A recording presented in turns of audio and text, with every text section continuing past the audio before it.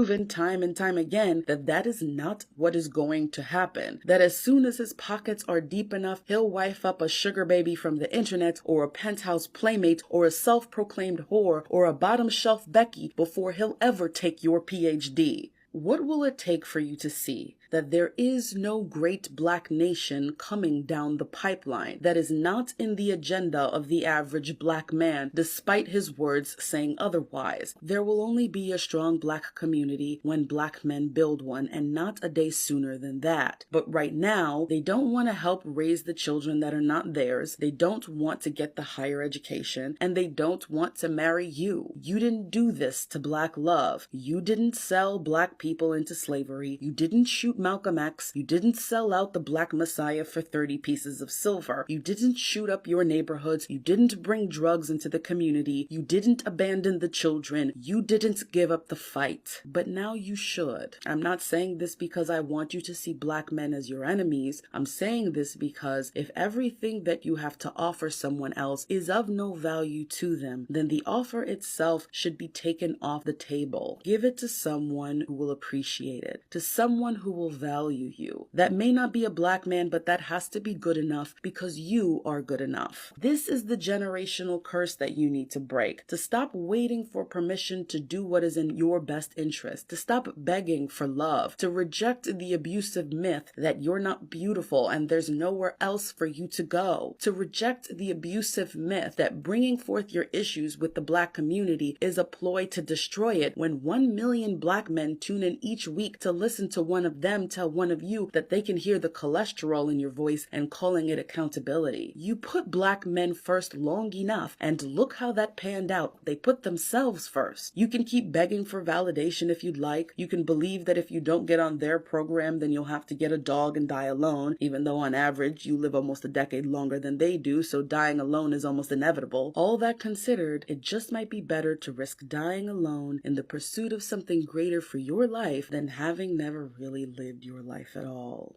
I'm Mahogany Pink. Thank you to everyone who took part in the Act Like a Lady, Think Like a Man book study last week. It was a lot of fun. Thank you to everyone who put in the work at my seminars. To get in on the action, join my email list. Instructions to do that are in the description box below. I teach black women the shadow sides of black men and themselves so that they can let go of their baggage, level up, and rest in their femininity the sovereign way. Thank you all for listening, and I'll see you next time.